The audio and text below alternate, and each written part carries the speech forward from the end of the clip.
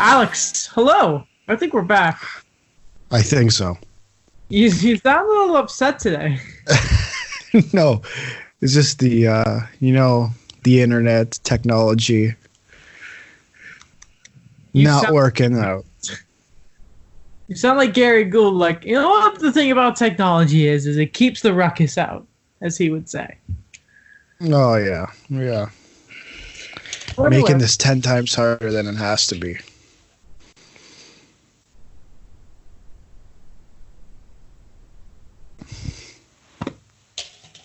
I give up. It's cutting out, man. I don't know what the issue is. Okay, hello? I missed a good 20 seconds of what you said. Yeah, same. Okay. You know what? Fuck it. We'll do it again. Start again. 3, 2, 1. Alex. Round 2. I think it's a bit later than round 2. Maybe round 5. I don't know. We're back. I hope it stays together. The internet, it's not working. I had a Gary Gould joke ready, but that clearly didn't work out because I don't know. It's a mess, Alex. We're recording on a Friday today because, of course, I'm going to be in Montreal for the game between our two favorite teams tomorrow, so it'd be better to try and get an episode out now. Normally we would have headlines and Hockey Night in Canada, but we're going to make it do because we are professionals. Yes. Yes, we are. The setup may not be, but that's fine. We're no 31 thoughts on the fly, but... Well, we're better. Oh, okay. Have you listened to the new episode, by the way? Of course. Yeah. It was decent. It was spectacular. Is 31 Thoughts... Is it above the SDP for you, or... It's I can't. You know what the thing is? I can't compare the two. Really? Yeah, because they're different styles, right? Where SDP is a little more casual, not in a bad way, but in like they don't really care about what they're saying. They're just throwing everything out there. Whereas 31 Thoughts is very on point. That is true. You know. Well, let me ask you this then. If you refresh the podcast app or wherever you listen to your show, if you see SDP and 31 Thoughts, there's a new episode. Which one do you click on first? 31 Thoughts. Really? Okay then. Because they've probably listened to. If you go listen to the SDP, they probably already listened to 31 Thoughts, or at least read it. That's true.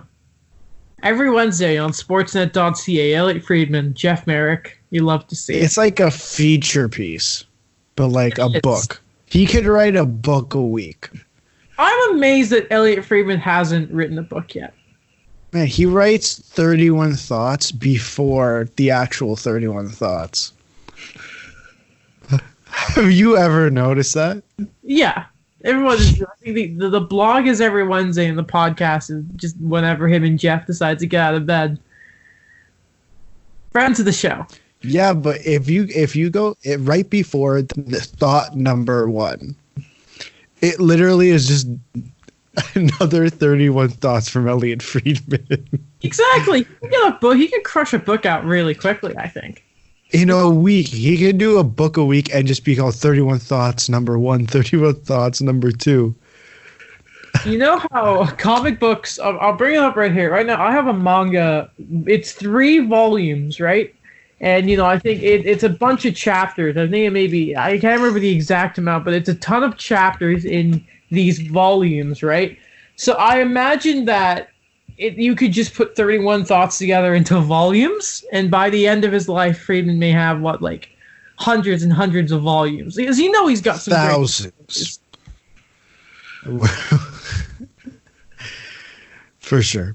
You talk about thousands. There's a player who's had thousands of miles put on his body from wear and tear. Brent Seabrook of the Chicago Blackhawks is expected to miss 5 to 6 months, but he will be back in time for training camp in September. And this is apparently after undergoing 3 surgeries in a 6-week span. One including hip. I thought he was out for this season and next. I thought that was confirmed. I am looking at SB Nation from Brandon McCain saying that Brent Seabrook is out 5 to 6 months, and he will be ready or should be ready for training camp. This article came out yesterday. Okay, that's weird because remember when they announced Calvin DeHaan and Brent Seabrook were going to be out for the season? Yes. We had that discussion. They also talked about Brent Seabrook being out next year because he was supposed to have surgery now and then surgery later on because I think he had to get surgery on both hips. I know the most recent one I saw was the right hip surgery, and that came out from TSN about 21 hours ago. Was the most recent update, and even they're saying he'll be ready in 5 to 6 months. So maybe it's not as bad as they thought. But regardless, Alex, I think the real takeaway here is I thought this was going to be the end of Brent Seabrook, but now they've come out and said that, you know what, he'll be back. Now, I don't know if you know this, Alex. You probably do. Brent Seabrook is under contract until 2024, $6.875 million per year. What's he going to do after this? Hip surgery. Look at Corey Schneider as an example. It's going to be LTIR money. That's what it's going to be. I don't know about that. Maybe if they get a rental this year, because they've already come out and now said he'll be back for training camp. Yeah, but you never know. You know how things are. I know that the Blackhawks are silly, and I know Brent Seabrook still wants to. Yeah, but money. I think it's going to be for sure. At some point, if I think, you know what the thing is though, is because we've had this discussion about the Chicago Blackhawks before. I guarantee that they will need that money eventually. What was the cap hit? You said 5 point what? Brent Seabrook's contract? Yes. Brent Seabrook makes 6.875. Oh, okay, 6.8. Never mind my 5. 6.8 is a whole lot of money, especially in this with this cap situation. Obviously, we both know they're not going to go down the rebuilding stage. If they were going to be a rebuilder, you could potentially see him playing a couple more years, even if he really isn't that good. But that's not going to be the case. They're essentially retooling. I don't know. It again, a lot of money could go somewhere else. You look at the goalie situation; both of them are UFAs at the end of the year. I mean, is Corey Crawford still a starter? You know what I mean? I don't think so. I think you could bring both of them back, and I think that would be the best duo for sure. I think that would be the best 1-2 duo. I think that's better than Bishop Hudobin, and I think that'd be better than Raskalak. This season, Corey Crawford has a .912 save percentage. His record 10-13-3 and a 2.91 goals against average. So, I wouldn't say better than Bishop and Khudobin. Because I think Bishop is better than Robin Lehner, and of course Ben Bishop is more of a body of work in my opinion. But you say Seabrook playing, I think if Seabrook is playing anywhere or quote unquote playing, I think he's going to be a Coyote, or it would cost a lot, a Duck. That's what I was going to say. But then again, if you're the Anaheim Ducks, look at this Blackhawks team that, if you're honest, cost you a good chance of the few Stanley Cup finals back in the day when both these teams were super competitive. So the heyday of the likes of Ryan Getzlaf and Corey Perry, it's gonna. If I'm the Ducks, I'm looking at the Blackhawks and saying, all right, you're gonna give me anything I want for taking this deal. If you're the Ducks. Yes. Yeah. Okay. But anyway, yeah, that makes sense. You know what's really awesome about the NHL? How stupid the standings are. I wouldn't say that. I mean, that is something done. Stupid in a good way. Stupid in a good way. Another stupid thing about this season, though, is just how bad the Detroit Red Wings are. And what I mean by that is last night there was an absolute barn burner of a game, Alex. I don't know if you know this, but the Red Wings and the Sabres had a clash. Wow. It was like an earthquake on the fault line on the western coast. I don't know if you know the premise of that movie where The Rock was like driving, he's flying a helicopter, the earthquake movie. San Andreas, I think, or something like that. That's the magnitude of this game. It was like a natural disaster, how intense this game between the Buffalo Sabres and Detroit Red Wings. Detroit win and get their 30th point of the season. Wow. They're so good. They are now only 17 points back of the Ottawa Senators. They are now only 34 points back of the Panthers for a playoff spot in the division. They're now on a 1-game winning streak and are now 1-8-1 in their last 10 games. That is incredible. That is incredible. I can't tell you how much I look at this game and I think, wow, this is hockey. This is the scenario where, first of all, you got the Buffalo Sabres, just full of passion, a great fan base that are really going to games now, and Detroit having a heartbreaker, scoring with 0.2 seconds left in the first period, and Alex, what am I saying to myself? The Buffalo Sabres. You're trying to convince yourself that this was a big game. The Buffalo Sabres are at a point where they're losing to Detroit in heartbreaking fashion. Here's what's really annoying, Alex. I was telling you about this. So the Habs win last night, and I go over to watch this game because I see it's in overtime. I'm like, who doesn't love overtime? Larkin, Eichel, that's going to be good. And for some reason, Pierre Maguire just randomly starts saying, well, the Habs have lost to Detroit 3 times and to the Devils 3 times as well. And they're outside the playoffs. I'm like, wait, hold on a minute. Why are you talking about... Okay, but anyway. So it gives you a point now Buffalo is there. They're losing to the Red Wings, who, again, only have 30 points this year. What's happening, Alex? What do Buffalo do, honestly? I don't know. I'd say rebuild, but we're like 5 years into that. Do you remember there was a point, I don't remember what year it was.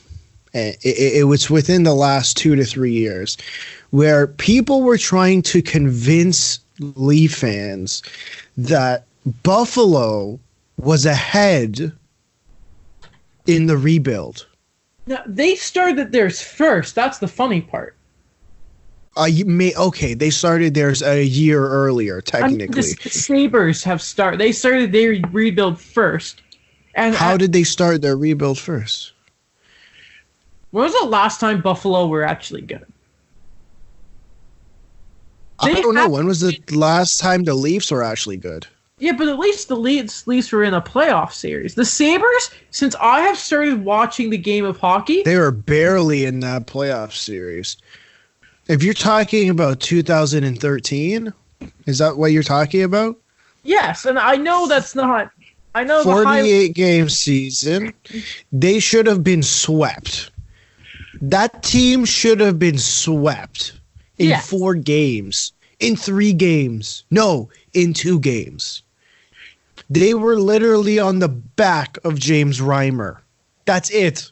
That's the only reason the team made the playoffs. The Buffalo Sabres have not been in the playoffs since 2011. Okay, so but that doesn't mean that's when their rebuild started. I don't even know when to tell you the Leafs rebuild started. I couldn't tell you. Was it the year Shanahan came? Sure. I would argue maybe was it Horacek that he fired? Horacek wasn't fired. Horacek wasn't re-signed. Yeah, wasn't there a guy that they originally did re-sign but then got rid of? Oh, God. No, Horacek was the assistant coach. Oh, okay. Randy Carlyle got fired. Oh, my God. Horacek was brought in, and then I think maybe he did get fired. It was, okay, I have it up here. Randy I don't want to. Then in 2015, Horacek was the interim, and then I don't exactly know what happened to him, but then Babcock took over. Did Horacek have a full season with the Leafs? He had 42 games played in 2015. He came in for relief, I believe, from Randy Carlyle that same year. So not a full season. And then 15-16 was Babcock. Yes. That was just thinking about it. Well, the Buffalo Sabres, Alex, they're a bit of a... I don't know where they're going to go. It's a shame that Jack Eichel continues to be so good, but he's the only one who seems to give a damn. No one else. I have a question. Yeah. You're a big Jack Eichel fan. Like, you're very high on Jack Eichel. I am. At what point does Jack Eichel go into Jason Bottle's office, call Terry Pegula, because, he can do that, and say, trade me, just get me out of here? Yeah, that's a good question, and I've seen there's talk. Well, don't forget, Jack Eichel got a GM fired, so I don't know. I mean, he's committed to him. At least the Oilers have made some steps forward, and they may make the playoffs this year, and they had that one great series against the Ducks.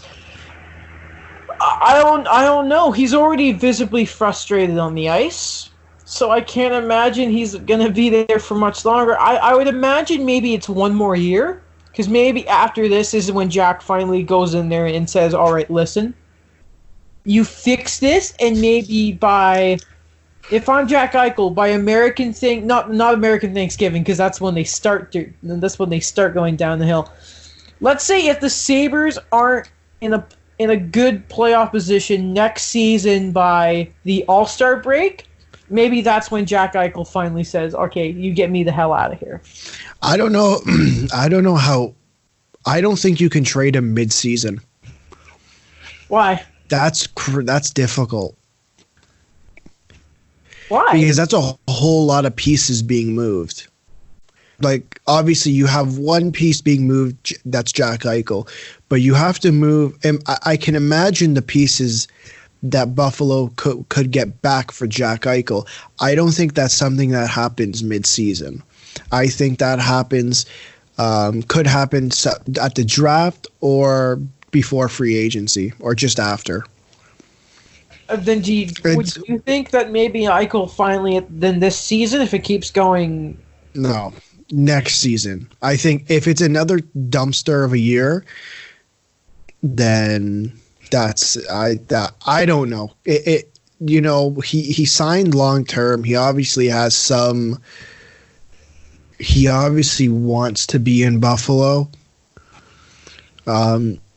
Maybe next year is too soon. It could be the year after, but I think if he's going to get moved, it's going to be a summer move. I think it's very difficult to move a player of that caliber mid-season. Then this may be a stupid question, but if there is a time when Jack Eichel is on the market, who's after him? Actually, the better question is, who doesn't try and go after Jack Eichel? I think it'd be stupid of a GM not to make a call to Jason Botterill or whoever the GM is at that time.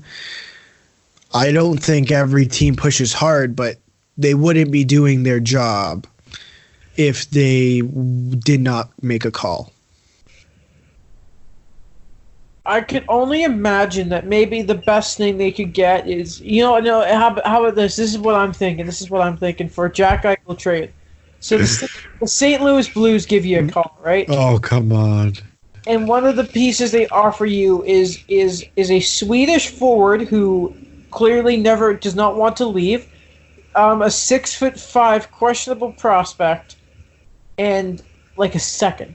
I think that you get more for Jack Eichel than you do for Ryan O'Reilly. All right. A conditional second. Okay, maybe. If okay, I have a question for you. We're completely off topic, but that's okay. If Jack Eichel gets traded, what is Marc Bergevin's excuse going to be for not going after Jack Eichel? Oh, see, that's tough. He's gonna have to go, because he won't mortgage the future, obviously, Alex. I don't know. I'm sure Eichel would want to be a had, but the future, my man. I mean, how often does a young centerman of that caliber? I don't know. Maybe he just doesn't want to pay the price. I don't know. There's a lot of excuses. Why are you doing? Sorry, because as soon as you said what teams would be interested, I went straight to Marc Bergevin. I mean, I hope he'd give a call, but then I just can't imagine the return that they. Yeah. You know what? I mean, look at the Taylor Hall trade. Look at all.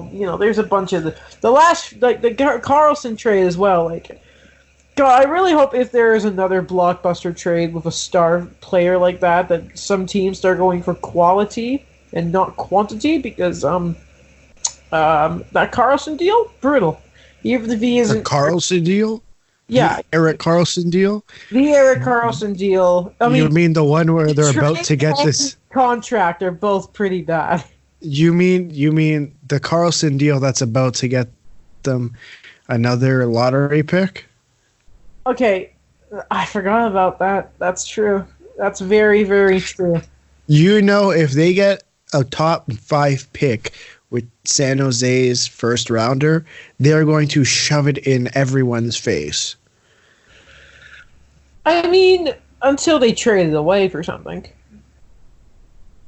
Yeah, I don't think that would be so stupid.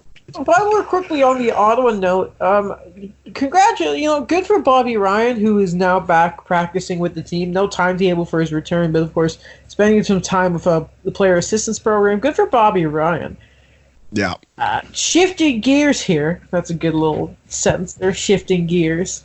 Parking that subject. The good old Jeff Miller classics. Alex, I need to ask you, what is your read of the bye week? I got it. Let me pull it up on my notes. Well, as you're getting yours I got it. It's The Athletic. Just the whole Athletic. That's it. Pardon?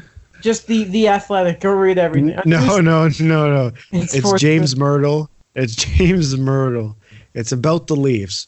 It's debating the merits of the Maple Leafs weaponizing up to $9 million of LTIR cap space.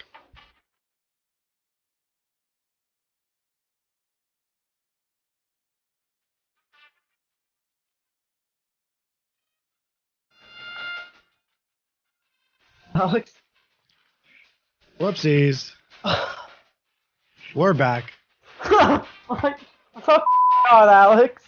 Okay. You put that in. You put that whole sentence in. That's to cut back into the show. And you go, okay, well, yeah. How the hell did the Leafs have $9 million? I thought that LTIR room was to fit the Marner contract. How the hell do they have that much cap space? I have no idea how they have $9 million. I bet we would know if we read that article by James Myrtle. Yes, exactly. I'm so confused. That team is so confusing. Do you want to know? Let me pull this up. Tell me your read of the bye week. I got a weird fact for you.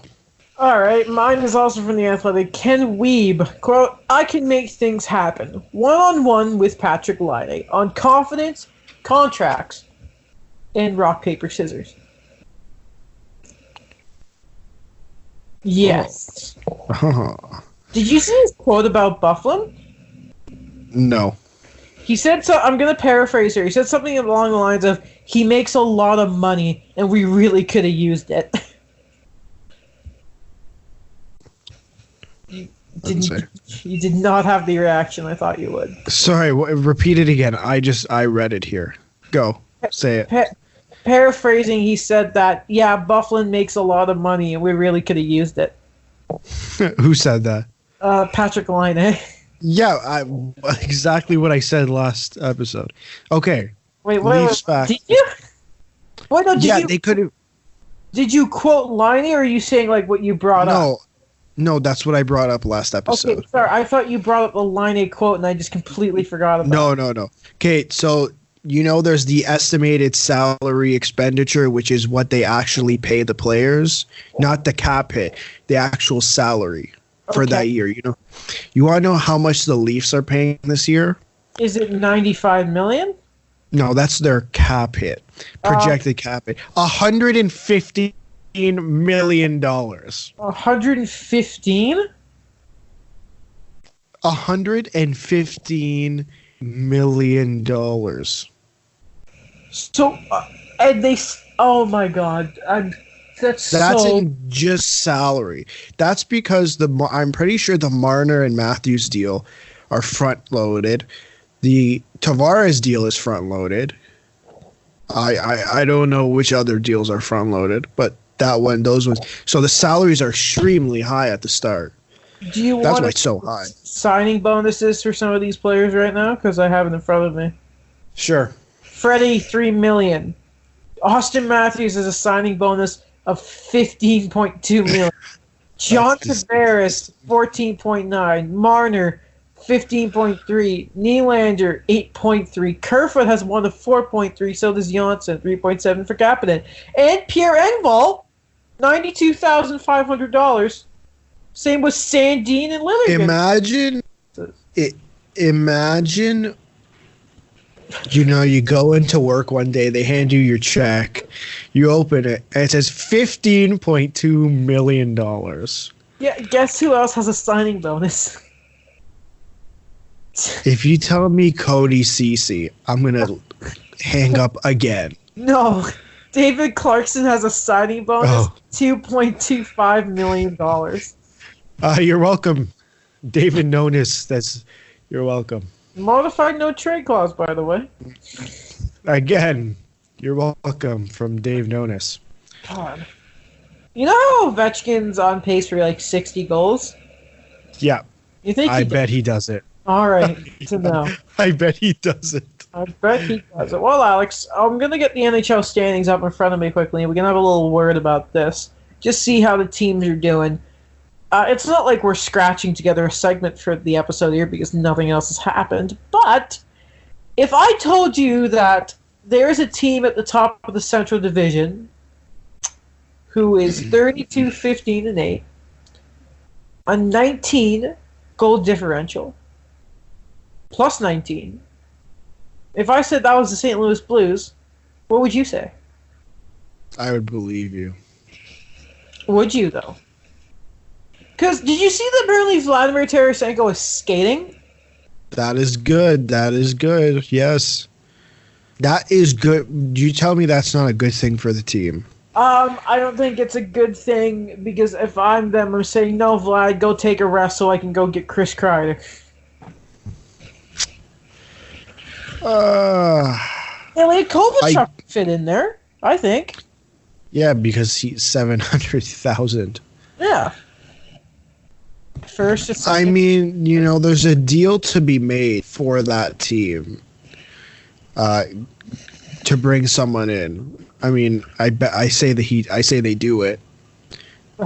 They're smart. Sorry, I just love that.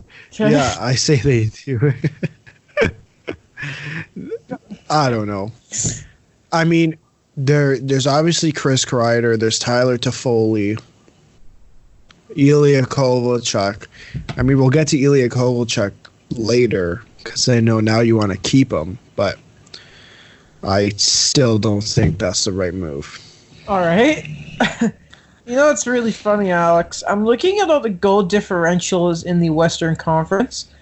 The second highest is the Blues with 19. Do you know what the highest goal differential is? Tell me. It's Colorado. Again, Blues 19. Colorado 41. Wow. Compared to the That is West, they are just, and they've had some injury problems this year. You know what the weird thing about the West is this year? I don't know if you have it up, but the Calgary Flames currently have a goal differential of -20, and they sit in the second wild card spot. It's dumb. It's very weird. They have, we might as well talk about them quickly. The Flames have not been very good since they got their butts handed to them by the Edmonton Oilers. It sucks because Calgary won every other game of the Battle of Alberta except that last one, and it's just scattered them. They're the only team currently in a playoff spot that has a minus goal differential in the Western Conference. In the how about the East too? Eastern. The Carolina Hurricanes, who's also in the second wild card spot in the Eastern Conference, have a goal differential of 26. And I know this goal plus minus goal differential isn't a stat to go by, but that's 46 goals. Mm-hmm. That's a huge difference. It says something, again, yeah, we don't want to give too much to goal differential, but only 4 teams in the East actually have a -1, and it's New Jersey, Ottawa, Detroit, and Buffalo. Those are all just terrible teams, and those are teams, they're out of it. Meanwhile, and even a team like Montreal, who was fighting, still are only +3. The Rangers +2. The Leafs is +13. I thought that'd be a lot worse. But anyway, one interesting thing about Calgary as well is they currently sit 60 points now. The Nashville Predators are a point behind them with 2 games in hand. That is another team that's been struggling, are Nashville. They've won 2 straight. I wonder if now, because I believe also Nashville beat Calgary last night, which was such a massive win. What kind of move does Calgary have in their back pocket? Because I think they really do need to make one. And moving Frolik like they did, they have a cap room to do something. Well, we weren't sure about Giordano. Obviously, he left. It wasn't the Nashville game. I think it was the game before, with a lower body injury, and they came back, and it was pretty much. I think they said he was out a week. If you can look that up for me, out a week. So they really saved themselves from a long-term injury to an extremely important player for their team. I say they go out and make a move. They've been I feel like we heard this a while ago and nothing's really happened, that they're either looking for a center or they're looking for a winger, depending on what Elias Lindholm turns into. And it seems like Elias Lindholm has been playing down the center. I'll check their daily face-off. So they could be a potential suitor for a Chris Kreider, for a Tyler Toffoli. Or do they want to add on the back end? You bring in anyone, literally just depth defenseman, because I think with the team they have, do they need to bring in a big name on the back end? I wouldn't think. And Mark Giordano was listed week to week with a hamstring injury. But week to week. Of course, Brad Treliving did say that they dodged a bullet with it. So, also, remember the Flames were very closely linked. They almost got Nazem Kadri.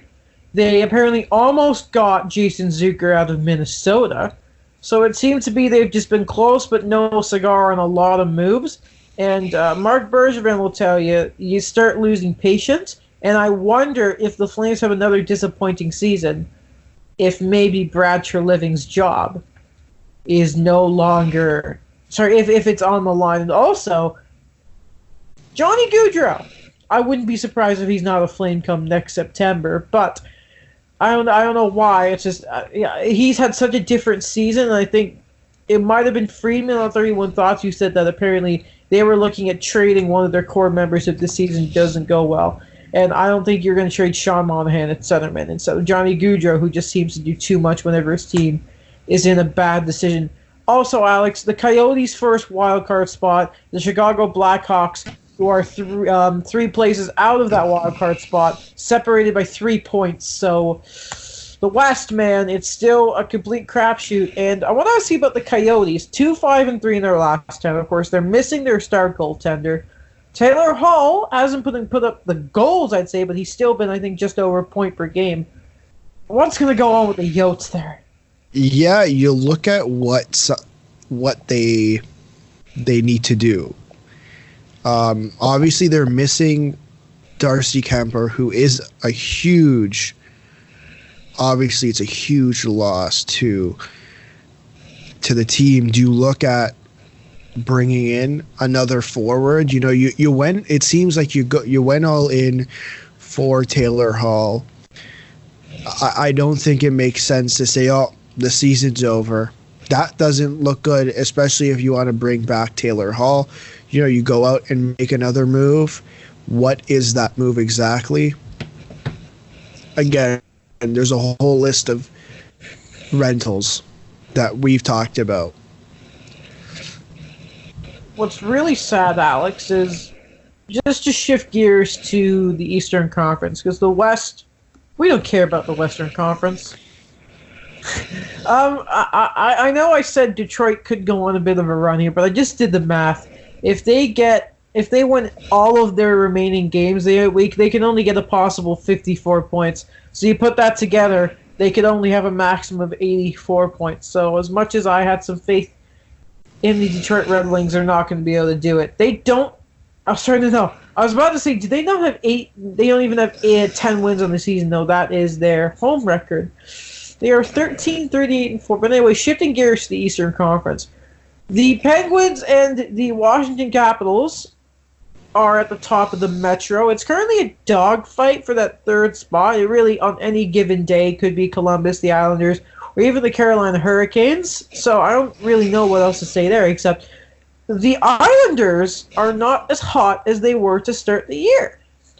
And I don't want to say I told you so, but the Islanders, if they don't, fix some stuff up here, they could fall out. I don't think that's going to happen. Like, why? You've got Elvis Merzlikins and his merry band of men held together by bubblegum and duct tape on the Columbus. You just explained it right. That is the exact reason. Why, you don't believe in Elvis Merzlikins? Again, we've had this discussion about other teams before. How long does goaltending last for? It regresses. You mean Yes, the Edmonton Oilers are still. Let's see, where are they right now? Yeah, they're third in the division, but their goaltending has regressed. Buffalo, last time I checked, at the beginning of the season, both goalies were like .920 save percentage. I can't even tell you where they are right now. Who else? Like the Hurricanes. Peter Mrazek had a great year last year. Great year. How about now? You know what I mean? I don't think the Fly. If Carter Hart, depending on how much longer he's out, it seems like the team is really with him. I don't know if I think they can make the playoffs. I don't know if they push for that third spot, but I think the goaltending in Columbus regresses.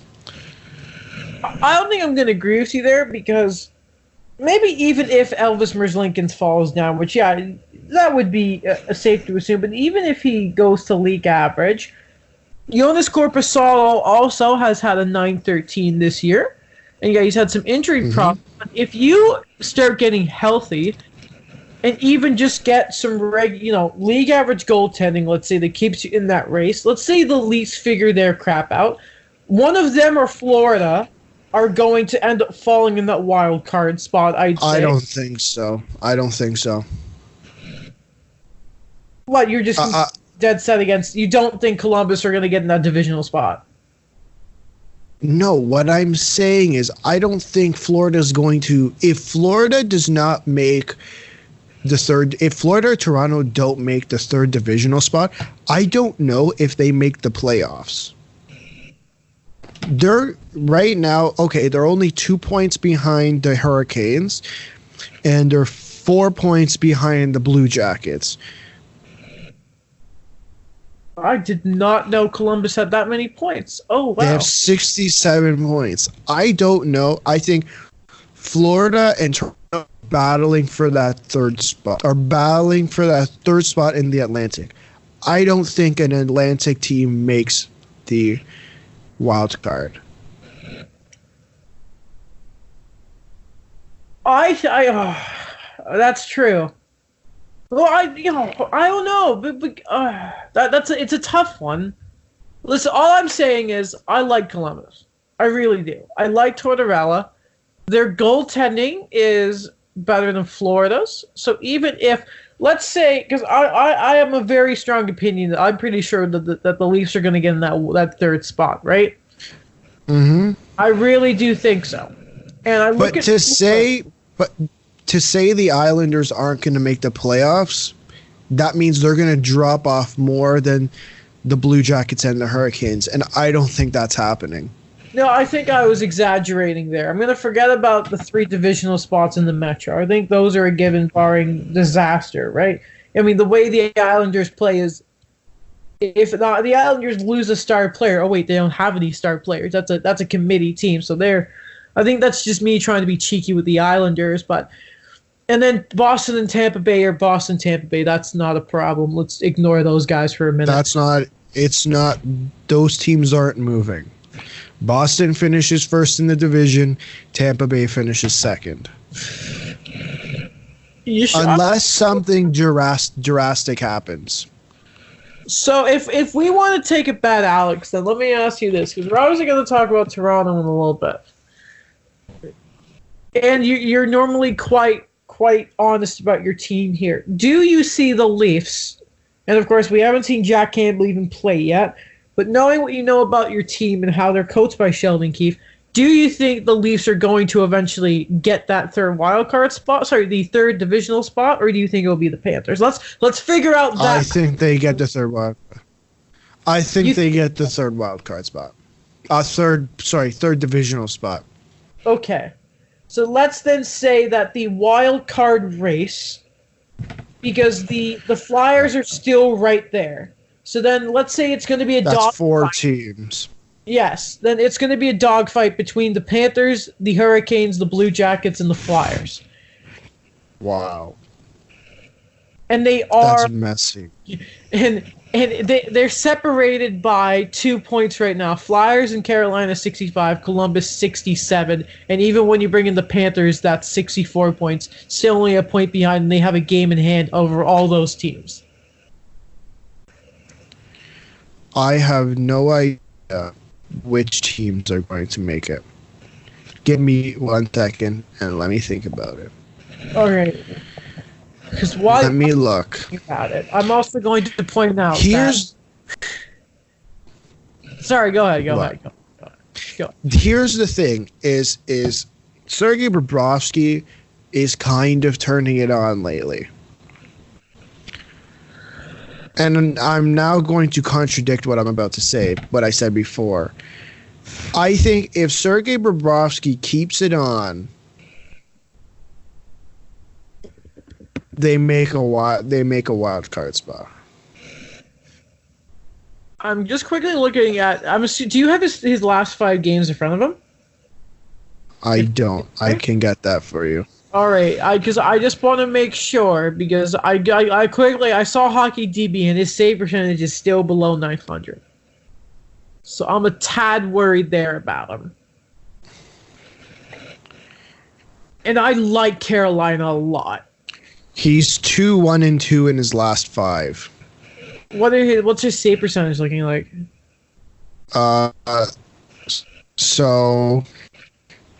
Chicago, January 21st, 914. Then against Montreal, 886. then Toronto 9-12, then Columbus 9-7-8, and then February 6th, the last night against the Vegas Golden Knights, 7-9-3. So there are some good starts in there, yeah, but I don't know. Because you don't think he can keep it on? I think a big question with the Panthers is going to be, can they outscore their problems? I think that's what's gonna. The big question here is, can the if I'm looking at all these teams, I think Florida, can you outscore your problems? All right, Carolina, can you tough through this Dougie Hamilton deal, and can James Reimer keep you in it? Columbus, can your goaltending, even at, let's say it goes to league average, can you somehow get healthy and keep yourself afloat? And I don't know what it is. I don't believe in Philly. I'm going to say Philly are out of this right away. Really? Yeah, I don't know what it is about Philly, but like they always feel meh to me, and they can't score. It's so weird. Do you think, just going back to Florida here, do you think Florida goes out and makes a trade for a defenseman? I don't know. What, like a Vatanen or someone, anyone? I think. Is Keith Yandel right-handed or left-handed? I will check. Keith Yandel. He's left-handed. Never mind. All right.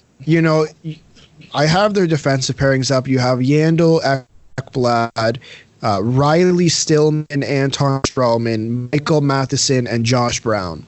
Now, obviously, I don't think Michael Matheson has turned out to be the player that the Panthers expected him to be, considering after he signed that 7-year contract. Do you think they go out and make a trade? You look what the defense market is right now. You got Sammy Vatanen, who can play on the left. You have Alec Martinez, who's left-handed, but he has this year and next year. What's the defense market look like for rentals? See, I don't know why, but when you bring up Chicago and defensemen, I'm not thinking of that mark. Okay, there are two players I'm thinking of right away. Because one of these guys were linked. Obviously, he has some history of Quenneville. There has been some talk about trading him, and yes, he has term, but who? I would trust Duncan Keith. I don't think so. Or if you want to go the rental market, Eric Gustafson. Here's the thing with Florida is, let me tell you their cap situation. Can you tell me how much cap space they have off the top of your head? I'm gonna guess it's less than $3 million because half the league has no cap space. I'm currently so close. $221,000. $221,831. Wow. So they're not making any type of, listen, okay, next year you have $16 million. That's without the cap increase and who you have to resign. Let's see here. Can we talk about how Mark stupid Pysyk? that Strawman deal is, by the way? Okay, you have to re-sign Mike Hoffman, Evgeny Dadonov. I don't think it makes sense. Right there alone, I don't know how much sense it makes to bring in a player with term. Unless you're I don't think they bring back both Dadonov or Hoffman. I think they choose between one of them. And at this point, I would say trade one of them, but I know they're not because they're still in the playoff hunt. It would make the market 10 times better. You look at the NBA trade deadline, which was yesterday, which was Thursday. It's 10 times more exciting than the NHL one. Wasn't there a 4-way trade? Yeah, yeah. That's ridiculous. Well, Alex, just to close off the whole thing of the standings then, just give me, Toronto has the third Atlantic spot. Then who do you think is taking those 2 wild cards then?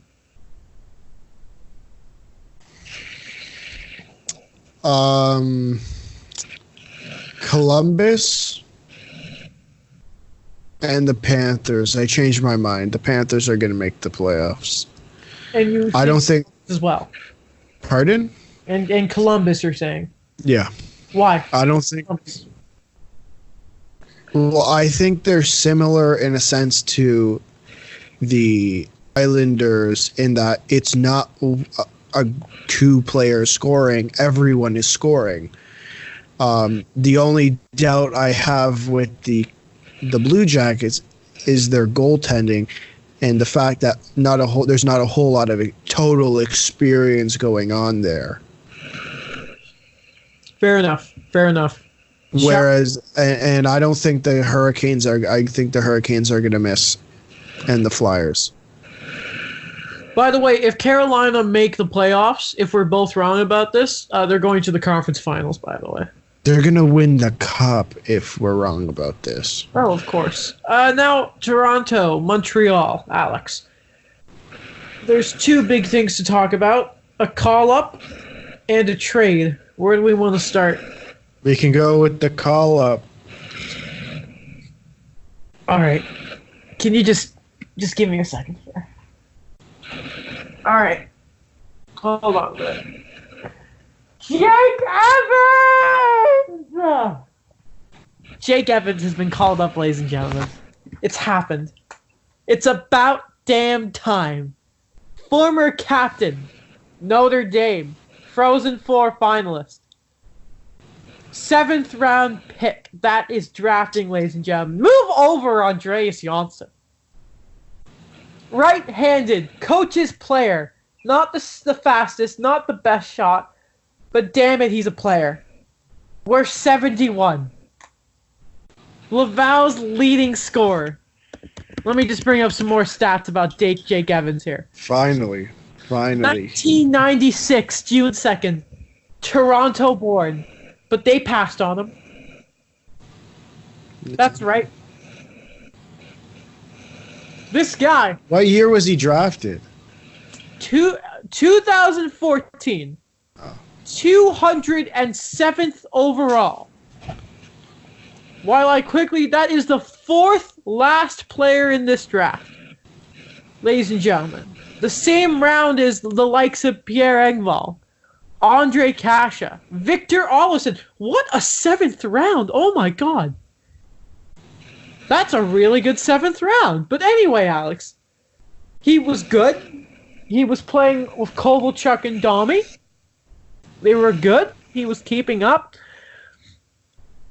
It only took half the team being sick and Shea Weber also being put on the IR for a week, which we will not talk about. But Jake Evans is here. And he's here to stay. Move on. Is he, though? I hope so. He's earned it. I don't think so. Jake Evans is here. If Nate Thompson gets moved, I think Jake Evans is a permanent spot on this team. Jake Evans. But how about when the team gets fully healthy? How about when everyone's back? Well, no, I think the only way he has a spot on this team is if Nate Thompson gets traded. Because Thompson, no matter what, has a roster spot.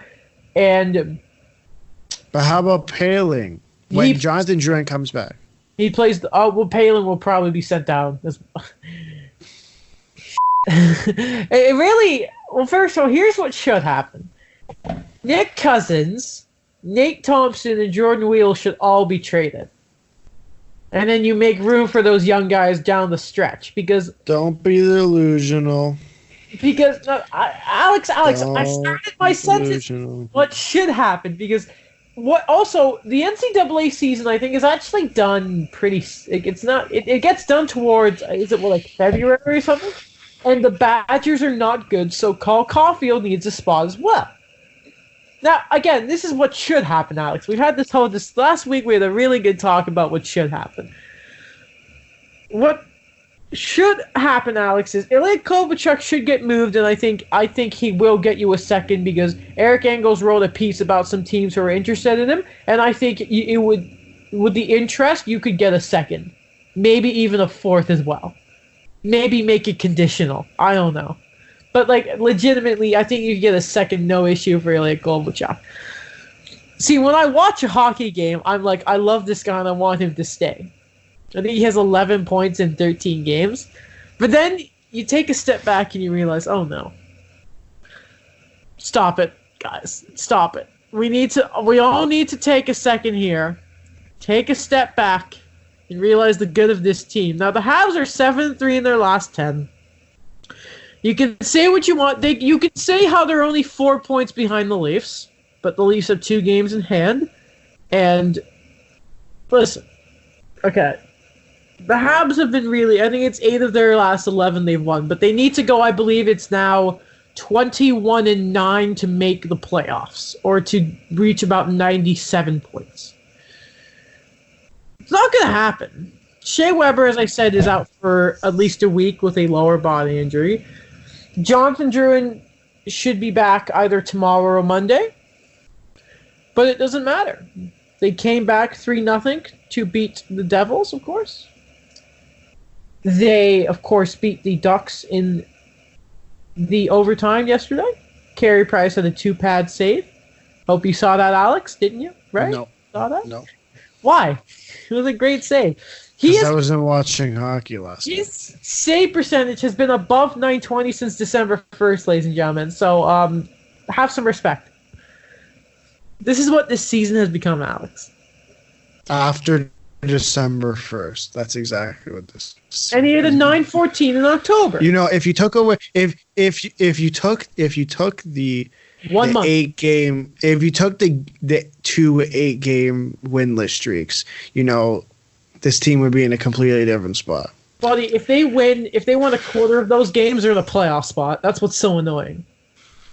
You know, if you took away all the team's losses, every team would just have wins. Did you know that? Alex. No, that's different. I'm just saying. So if you Carey Price has had one bad month, and it was just the worst month that could have happened. No, you know why I bring this up? Listen, the only reason I bring this up is because I've been reading it nonstop from everywhere. You know, if this didn't happen, you know, if we start the season on this date, I get it. I'm just joking around with you. I know, I get it. Well, I respect Carey Price. I go to bed dreaming. Like, the moment I close my eyes, I see those 2 8-game winless streaks, all right? Oh, do you? If they had... Like, it's really funny. If the Habs had Ilya Kovalchuk to start the season, they're in a playoff spot comfortably. That's what's so dumb. It took like a 36-year-old who just got outcasted from the other coast. Yeah. This team needed to be successful, and Marc Bergevin has not made a move like that. No, because he doesn't want to screw up the future. Alex, he doesn't want to give up the mortgage the future. Get the term right. Ah, there we go. Don't want to mortgage the future. Ridiculous. They want it to be a Hab, but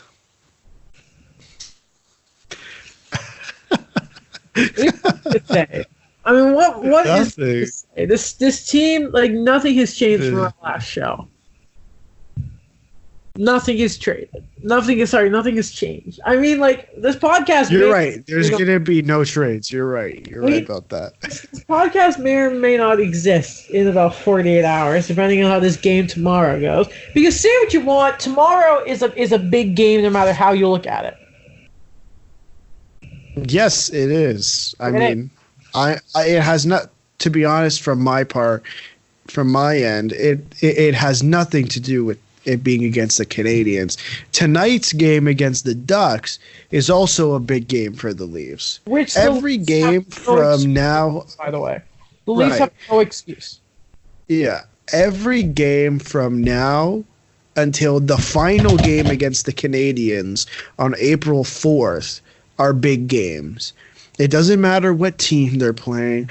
It doesn't matter this. It doesn't matter that. It's the fact that they're fighting for playoff position.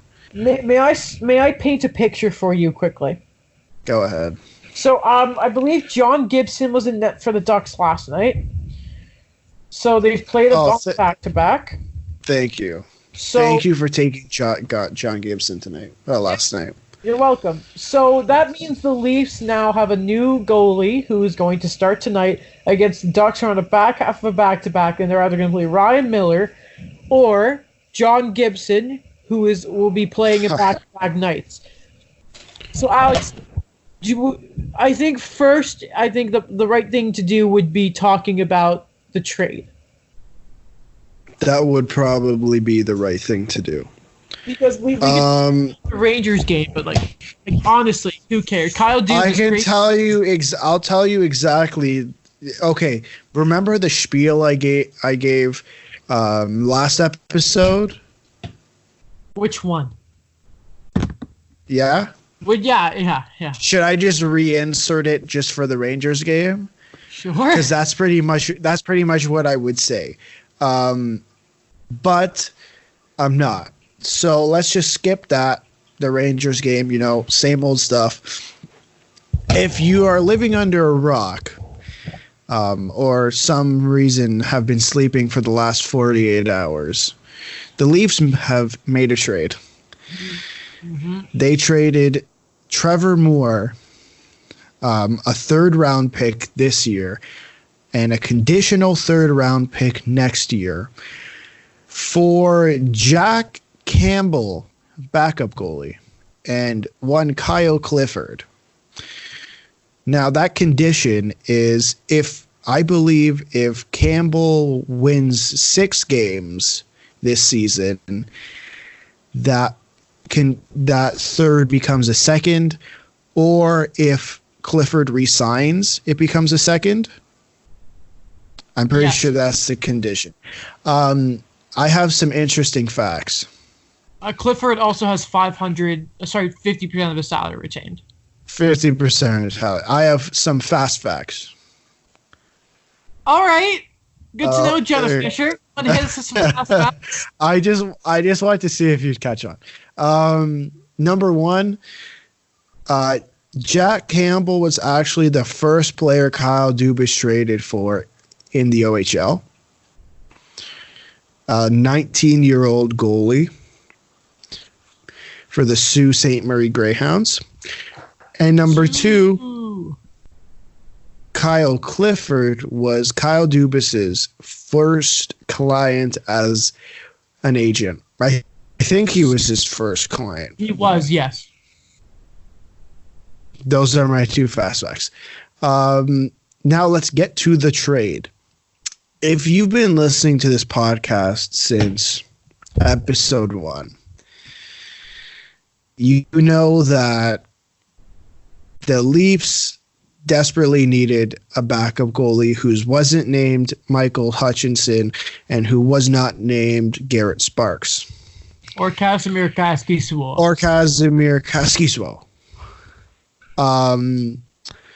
They finally got Jack Campbell. Now, I understand. Here's the thing with this trade is this is a trade that had to be done. I think a lot of people are happy with the trade because, it brings in a backup goalie and it brings in something that this team does not have, which is grit. Kyle Dubas has come out and said, listen, yes, we prioritize skill over grittiness. He's not going to bring in someone who can barely play hockey but can throw a hit. That's not his style. But Kyle Clifford can somewhat play the game of hockey, and he can throw a hit. He has good Corsi. He has good Corsi. It makes sense to play him on the 4th line. You want to play him 10 minutes? Go right ahead. It's not like he's going to be a major detriment to this team. to sit there and tell me, oh, we really need Matt Martin.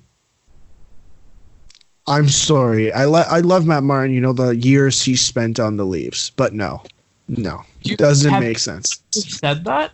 They want Matt Martin back? Pardon? Have people actually been making the Matt Martin comparison?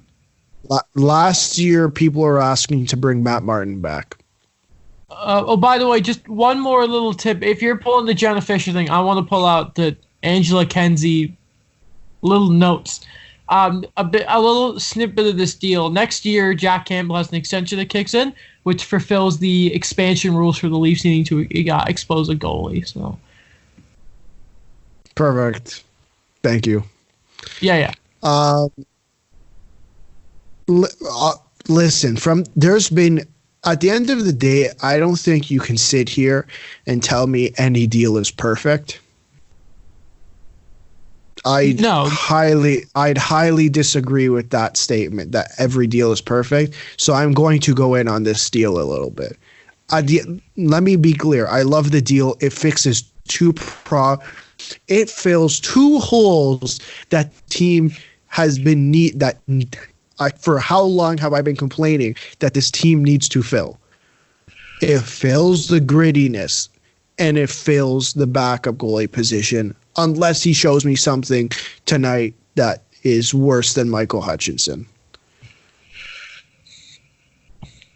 At this point, I wouldn't say it's too late that they got a goalie, because at the end of the day, how many games is he actually going to play? 6? He's not going to play a whole lot of games this year for the Leafs, Anderson's missing this game, tonight's game, and tomorrow's game, for sure. I don't think, unless Anderson is out longer term than we thought, I don't think that Campbell's going to be playing a whole lot of games. But did you know that the Leafs backups this year have gotten 9 points? I may have listened to Good Show and known that. 9. That is a little low. And by a little, I mean a whole lot of low. They should have done this earlier. Some would argue that this is a big price to pay for a goalie, especially a backup goalie. I mean, okay, so Kasperi Kapanen, Rasmus Sandin, William Nylander, Austin Matthews, and John Tavares to the Rangers for Alex Georgiev, right? Mm-hmm. Is that enough? I'm not sure. I think it's good. I'm not sure if that's in it. We might have to throw in a conditional pick. I don't know. You look at I've read complaints about, you know, his experience. How many NHL games has Alex Georgiev played? How many NHL games has Casey DeSmith played? Those are the two youngish comparable goalies that would have been brought into Toronto. Now, last episode I listed Ryan Miller, who I don't think would come to Toronto because of his no trade clause.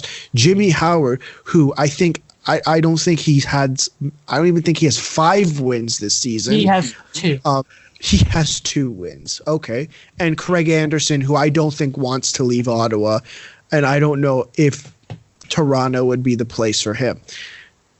Even though every time he plays against the Leafs, he's fantastic. This goalie, sure, this year he has a .900 save percentage. Considering the team he's playing in front is absolute garbage, I'd like to see him play in front or behind the Leafs tonight. I can't make an assessment considering he's been playing behind whatever the hell that team is.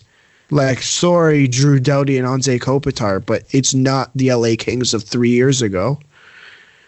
You know, Brian Burke was on a Good Show yesterday talking about what they got, and JD Bunkus was asking him if they could have gotten a better price earlier in the year, and his response was no. I think they would have asked for the same price. And you remember towards the end of last year, and I also think the beginning of this year, the Leafs were rumored to go out and get Kyle Clifford. That was a potential bring in by Dubas. But the Kings really did not want to give up Clifford just because they thought they were going to be in it. At the end of the day, I think this trade... Pardon? Which is hilarious that they thought. Yeah. I think this trade is what the team needed. I don't think, unless Jack Campbell completely just takes a crap in his own bed, I don't think the deal is that bad. I think the problem with the deal is that it's February 7th, and that's when the deal was made. Mm-hmm. And I know we had this conversation, and I'm going to shift gears a little bit here. We've had this conversation off the podcast, and I believe we started it on the last episode, what the Leafs do with their defense. You know, once Riley comes back, I don't know what move you make, because you have, Riley Berry as your first pairing, Muzzin Hall as your second pairing, and I think Sandin is an NHL player this year. So Sandin on the left, Dermott on the right. Now, what do you do there? You know, I don't think Cody Ceci's playing. You know, he's out for at least a month. At least a month. He's going to be reevaluated in a month. What happens there? I don't know what the move is, because, you know, we always talk about, you know, we need 10 defensemen in the playoffs because defensemen get injured. Okay, so you have your 6 right there that I mentioned. Cody Ceci can come in and play a game. Martin Marincin, Timothy Liljegren, who might play tonight. Ben Harper, if you have to. You know, there's players there that, okay, do you want to, at this point, it's like the Jets did last year, made these trades, you know, brought in Matt Hendricks, brought in Nathan Beaulieu. That is those are the potential moves that I could see. Right now, I don't think Kyle Dubas goes out and makes a big trade for a defenseman. You know, he's looking at bringing Jake Muzzin back. He's not even it hasn't even seemed like he's talked to Tyson Barrie. So I think Tyson Barrie's all but gone. I think, you know, and I don't want to get optimistic on this just because I don't think this is a high possibility. They make a push for Pietrangelo. I don't know how, but we'll see. I think it's a move that can be made for the offseason. You want to bring in a Matt Dumba. Okay, bring in Matt Dumba in the offseason. Then your pairings look a little bit different. You have Sandin and Liljegren. I think by this time next year, at least, I think much earlier, I think in September, Liljegren will be a better NHL player than what he is now. There's holes to fill, but now I don't think is the time to do it. Well, Alex, it's sure shaping up to be an important game, not only tonight, but tomorrow. So, has it been confirmed that Jack Campbell is starting tonight? Yes. So, first of all, Alex, what happens if he goes out there tonight and doesn't have a good game? I have no idea. I might start crying. Because I told you a bit about it today. Like, the Ducks are a team they should beat, and the Leafs have every opportunity to win tonight. And I don't think they want to blow it, then have to go back to back, depending on how this game with Campbell goes, either him playing another game or Michael Hutchinson, who has been made to look like a fool against the Habs a lot, as well as a possibility of a returning Jonathan Drouin.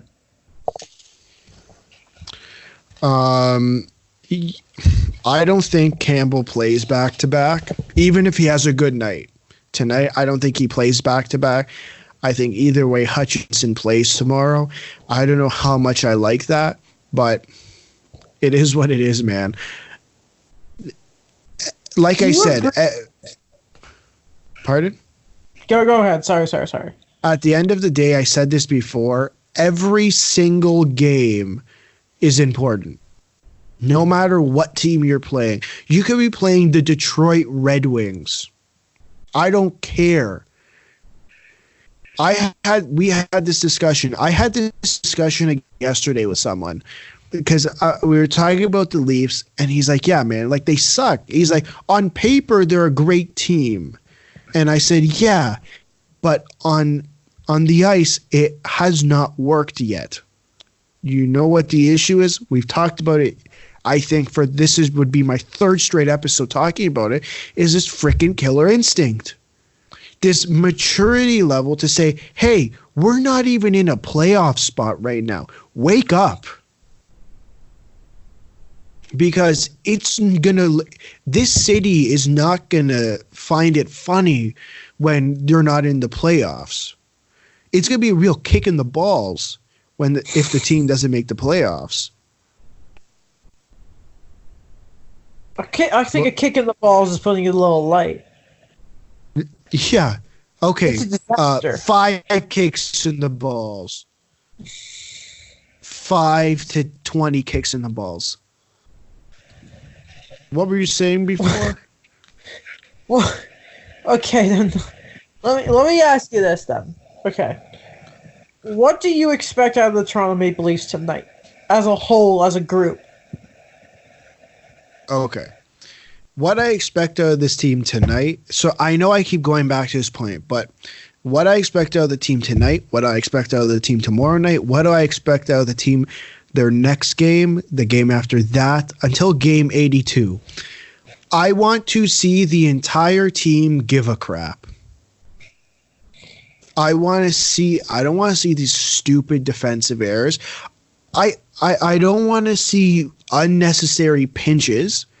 At the end of the day, I understand this team is offense first. I love it. I love seeing 6 goals a game. I love seeing whatever. But unnecessarily pinching, and I'm going to quote him again, it's all about the details.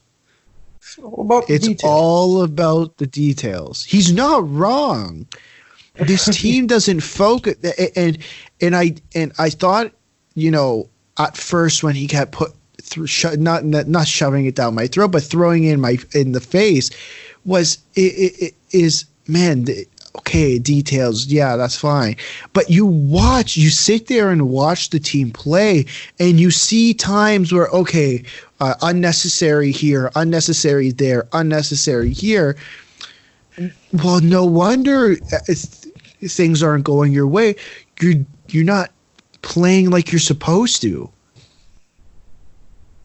It doesn't make sense. So this team right now needs to focus on the details. Listen, you know who's having a great freaking season? Nylander. Since Sheldon, yes, but he's having a great season too.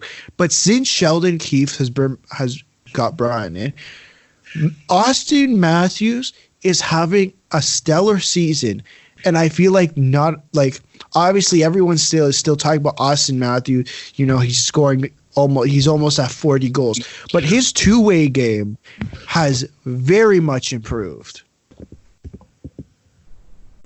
He's trying. And I think that for some reason he's trying, but no one's saying, oh, he's trying. That must mean something. You look at other teams. You look at Ovechkin. When Ovechkin is just going out there and just crushing people, you don't see Ovechkin crush people for fun. But when he goes out there and he crushes people and he goes and gets the puck and he gets in there, that wakes the team up. For some reason, that's not happening on this team. And I said it last episode. You can't play 5 minutes. those 5 minutes that they don't play properly can cost them a game, can cost them a series in the playoffs. Which it has. Which it has. And it's cost them it has them. It got them last year. It got them the year before. It got them in 2013, and half of these players weren't even there. None of them were here. Gardner and Kadri were the last two players here in 2013. Now no one. That's it. That's it? What do you expect from Montreal? The same thing that I always do and that I know I'm going to get is I want 60 minutes. I want effort. I want them to use their speed. But one thing I expect them to be better at is they need to tighten up defensively. They're kind of like the Leafs in that regard, that sometimes like the defensive collapses they can have are a real big problem. Especially with Shea Weber being out. They called up Laval captain Xavier Ouellet, who's had a really good season in the AHL, but again, how much does that really matter? It's going to be down to Jeff Petrie to take up arms there and, turn into he's always better when Weber's not healthy, which is the weirdest thing. So it's going to be up to those young guys, and God, I cannot hope. Apparently, Drouin has the green light, but it's up to him if he's going to play tomorrow. Remember, he was only supposed to be out 8 to 10 weeks. That was in the middle of November. We're now in February. So, I think if Jonathan Drouin comes back tomorrow, it's going to give a real big boost to that team and the arena, because, of course, the game is in Montreal. And that's a very big factor, is, of course, Leafs fans love to travel there. And I'm a bit biased here because, of course, I'm going to the game, and I really do hope that the lads put on a good performance. But I know Carey Price has been better, so you can expect him to be it. But the big thing is capitalize on the Leafs' mistakes if they make them, because when the Leafs are on, they're a scary team. And I don't know. I want my boys to play a full 60 minutes and learn how to play the last minute of a period, really, because they're still allowing goals in the last minute. They did that against the Devils, I think, but I think we're good beside that. That's what I expect out of my team. And I expect 2 points in regulation. And Jake Evans to get a hat trick. Or Ryan Poehling. Sure. It's not going to be a fun episode on Wednesday. It's not. It's not. Well, don't forget, last time this happened, the Habs won, and you just ignored it. What do you mean I ignored it? You just ignored it even happened. So let me tell you, if the Habs lose this game, I'm going to pretend it never happened. Okay. That's funny. But anyway. I'm still going to talk about it. Well, and I'll do the same if we win. Okay. When we win. If you win. It's going to be a big win. Massive win. Habs are going to win. Anyway. Yeah, sure. I think that is everything for today, though. Alex, do you have anything more to say while I double-check the Twitter for any sort of late news? You should definitely check out the Instagram and YouTube page for the 2-on-1 podcast. I like that. That's what I have to say. I also think people should check out our social medias, and wherever you're listening to the show, whether it's on iTunes, Spotify, SoundCloud, any sort of stuff like that, if you can rate, review, follow this podcast, why not do that? I think you should. Do all those things, as JD Bunkus would say. Do all the things. Check out my YouTube channel, because why wouldn't you? It's awesome. Stop listening to 31 Thoughts and the Steve Dangle podcast. Because why would you need to after listening to this show? In fact, how about you tweet at those people saying to come on our show? How about Jesse Blake? I'd love to just talk to Jesse for an hour. That'd be awesome. But anyway, I think that's everything. Yeah. Alex, one more thing. Let's come up with the name of the episode on air. I have no idea. You're better at it than I am. All right. How about what did we talk about? The standings. How about we talk about? How about we look at all that type of stuff? Alex, I regret this decision. Why don't we end the episode and figure it out afterwards? Okay. All right. Bye.